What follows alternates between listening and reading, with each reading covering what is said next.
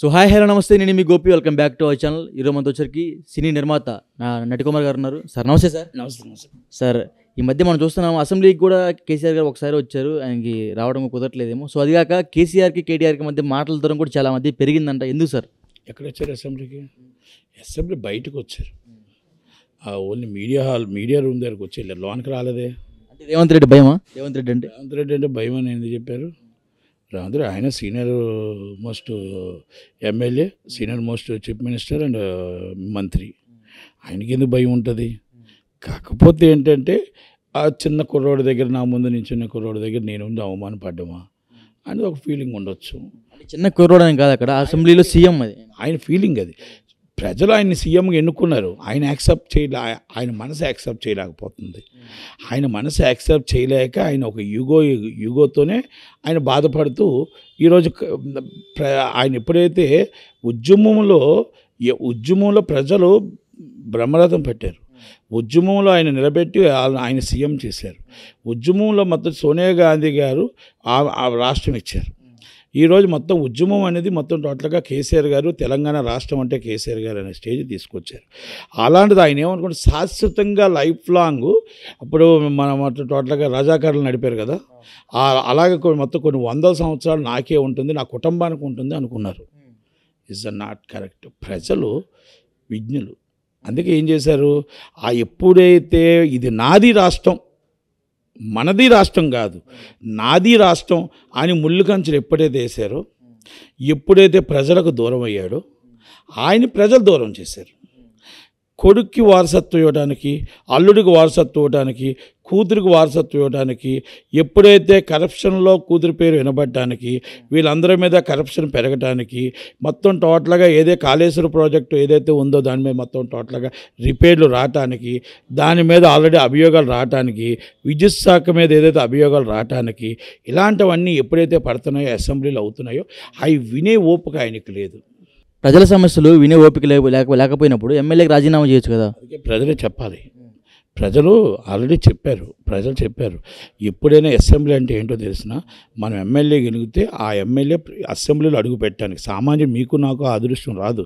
ఆయనకు వచ్చిన అదృష్టాన్ని ఆయన తీసుకోలేనప్పుడు ఇంకొకరికి ఆ ఛాన్స్ ఇవ్వాలి. ఇప్పుడు కవిత గారు ఇప్పటికీ బెయిల్ మీద రాలేదు. ఆమె తప్పు చేశారా చేయలేదా? తప్పు చేశారని సిబిఐ చెప్తుంది, ఈడీ చెప్తుంది. తప్పు చేశారని చెప్పేసి మొత్తం టోటల్గా అప్రూవర్గా మారిన వాళ్ళు చెప్తున్నారు.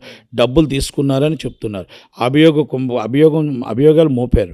ఇవన్నీ కూడా మీ పార్టీకి నష్టమే కదా. అలాగే కేటీఆర్ గారికి మీకు ఏమున్నదో తెలియదు, దూరం అనేది అది జరుగుతుంది, మీకు దూరం జరుగుతుంది. అటు హరీష్ రావు గారు, ఇవన్నీ కూడా కొన్ని డిఫరెన్సెస్ ఉన్నాయి. చాలామంది ఎమ్మెల్యేలు వెళ్ళిపోయారు. ఆ ఎమ్మెల్యేలను కాపాడుకోవడం నానా కష్టాలు పడుతున్నారు. ఓకే, మీ దగ్గర లక్షల కోట్ల రూపాయలు ఉండొచ్చు, మొత్తం వేల కోట్ల రూపాయలు ఫండింగ్ ఉండొచ్చు, ధర్నాకు చేయడానికి మీకు ఢిల్లీలో డబ్బు ఉండొచ్చు, ధర్నా చేయొచ్చు, ఇవన్నీ చేయొచ్చు. కోర్టులో పెద్ద అడ్వకేట్లు పెట్టవచ్చు, మీరు కాపాడుకోవడానికి ప్రయత్నం చేయొచ్చు. కానీ గతంలో మీరు ఉద్యమంలో మీ ఆస్తులు ఏంటి, మీ పిల్లల ఆస్తులు ఏంటి, మీ పాప ఆస్తులు ఏంటి, మీ కుటుంబాల ఆస్తులు ఏంటి, మీ కుటుంబ సభ్యుల ఆస్తులు ఏంటి, మీ ఎమ్మెల్యేల ఆస్తులు ఏంటి, మీ సర్పంచుల ఆస్తులు ఏంటి, మొత్తం మీ టేరస్లో ఉన్న వాళ్ళందరూ ఆస్తులు ఏంటి? ఒక్కసారి దాని మీద ఎంక్వైరీ చేయడానికి మీకు ధైర్యం ఉందా? కేసీఆర్ గారిని సూటు ప్రశ్న. అన్నిటి మీద, అందరి మీద, 119 మంది ఎమ్మెల్యేల మీద, మినిస్టర్ల మీద, అందరి మీద ఎంక్వైరీ చేయడానికి మీరు ధైర్యంగా సిబిఐ ఎంక్వైరీ చేయండి. వాళ్ళు తప్పు చేస్తే వాళ్ళ ఆస్తులు తీసుకోండి అని చెప్పగలరా?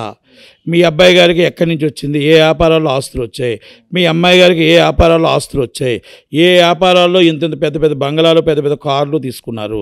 మీరు ఓకే, పాతింట్లోనే మీరు ఉంటున్నారు, కానీ మీకు మొత్తం టోటల్గా ఫండింగ్ ఎక్కడి నుంచి వచ్చింది, ఎంతమంది ఫండింగ్ ఇచ్చారు, మనకు నిజాయితీగా మనకు పార్టీ ఫండ్ ఇచ్చిన వాళ్ళు ఎంతమంది ఉన్నారు, బలవంతపు వసూళ్ళు ఎంతమంది ఉన్నారు, మనం ఏం హెల్ప్ చేస్తే మనకు ఫండింగ్ ఇచ్చి ఉన్నారు, ఇవన్నీ మనం ఎంక్వైరీ చేసుకోవడానికి మీరు సిద్ధమా?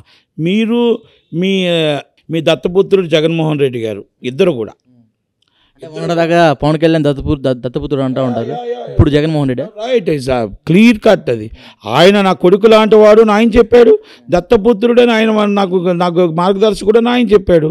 అందుకే దత్తపుత్రుడు జగన్మోహన్ రెడ్డి గారు. మీ రెండు గవర్నమెంట్లో గతంలో జరిగిన వాటికి సిబిఐ విచారణకి మీరు వేసుకోగలరా? గతంలో ఈ జరిగినవన్నీ ఏమైనా ఉంటే మా ఆస్తులు తీసుకోండి అని చెప్పగలరా? అంతకన్నా ముందు మీ ఆస్తులు ఏంటి, మీరు ఏ వ్యాపారాలు చేసి ఇన్ని వేల కోట్ల ఆస్తులు వచ్చే చెప్పగలరా? అంటే ఇందులో ఒక చిన్న ఒక భాగం అంటే కేసీఆర్ గారు అంటే కవిత గారి చాలా రోజులైంది.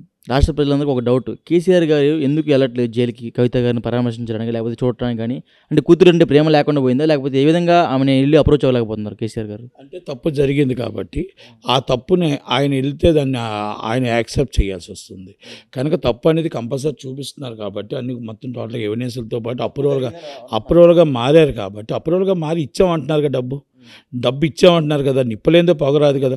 ఇప్పుడు నేను మైకులో మాట్లాడింది కదా మీరు రికార్డ్ చేస్తున్నారు, లేకపోతే గ్రాఫిక్స్ చేయట్లేదు కదా.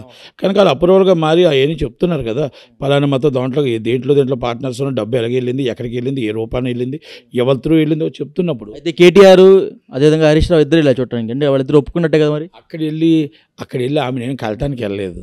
అక్కడికి వెళ్ళిపోయి అక్కడ ఏదో బీజేపీతో రాయబారాలకి అక్కడేదో మొత్తం టోటల్గా లోపాయి గారు ఒప్పందాలకు వెళ్ళారు. అక్కడేమి కవిత గారి పేరు పెట్టి అక్కడ ఢిల్లీకి వెళ్ళారు. కవిత మీద ప్రేమ లేదంటారు వాళ్ళ కుటుంబ సభ్యులకి? ఏమండి, కవిత గారు ఒక్కలే తప్పు చేస్తారు, తక్కువ ప్రమేయం లేదని మీరు అంటారా? నాకు వాళ్ళ కుటుంబంతో నాకు ఎక్కువ సంబంధం ఉంది. కవిత గారితో కూడా నాకు సంబంధాలు ఉన్నాయి. కవిత గారు కూడా వాళ్ళ కుటుంబం చిన్నప్పటి నుంచి నాకు తెలుసు. అలాగే మన కేసీఆర్ గారు కూడా నాకు తెలుసు.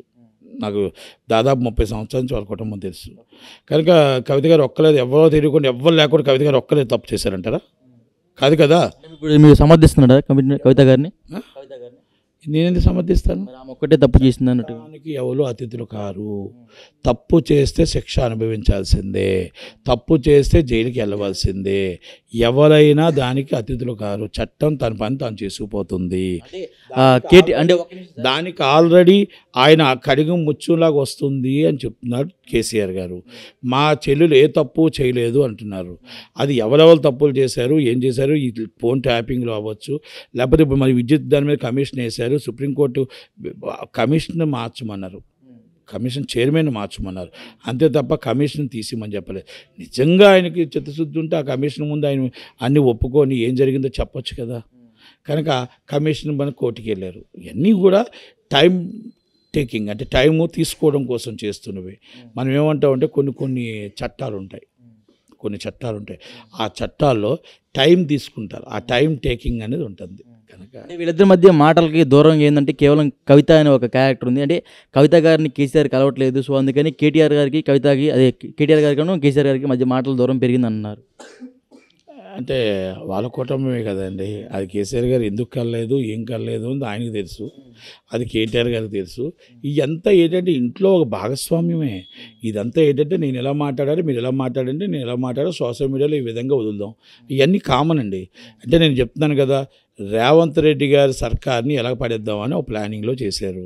ఆ రేవంత్ రెడ్డి గారి సర్కార్లో కాంగ్రెస్ పార్టీలోనే కొంతమందికి ఆయనే ఫండింగ్ ఇచ్చి ఎమ్మెల్యేగా కాంగ్రెస్ పార్టీలో బీఫామ్ తెచ్చుకునే విధంగా చేశారు. తెలుసా మీకు? అది మీకు తెలుసా?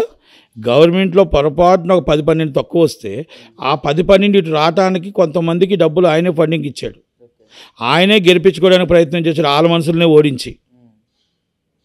కాకపోతే ఇక్కడ మెజార్టీ రావడం వల్ల ఇక్కడ ఏమీ చేయలేని పరిస్థితుల్లో నిస్సహాయ స్థితిలో ఉండిపోయాడు ఆయన. ఇది ఒకసారి అబ్జర్వ్ చేసుకోండి. ఇది అపర చాణక్యుడు కేసీఆర్ గారు. Is not only small man, అలాగని is not only small man Revanth Reddy గారు వెరీ ఇంటెలిజెంట్. ఆయన ఒకటి ఆలోచిస్తే 3 ఆలోచిస్తాడు. ఫైనల్గా కేసీఆర్ గారు అసెంబ్లీకి ఎప్పుడు రాబోతున్నారు అంటారు మీ ఉద్దేశం ప్రకారం? ఆయన ఎమ్మెల్యేగా గెలిచాడు కాబట్టి రావాలని కోరుకుంటాం. రాకపోతే ఆయన విజ్ఞతకు వదులుతారు. ఆయన ప్రజల కోసం, ప్రతిపక్షంలో ప్రజల కోసం మాట్లాడాలి.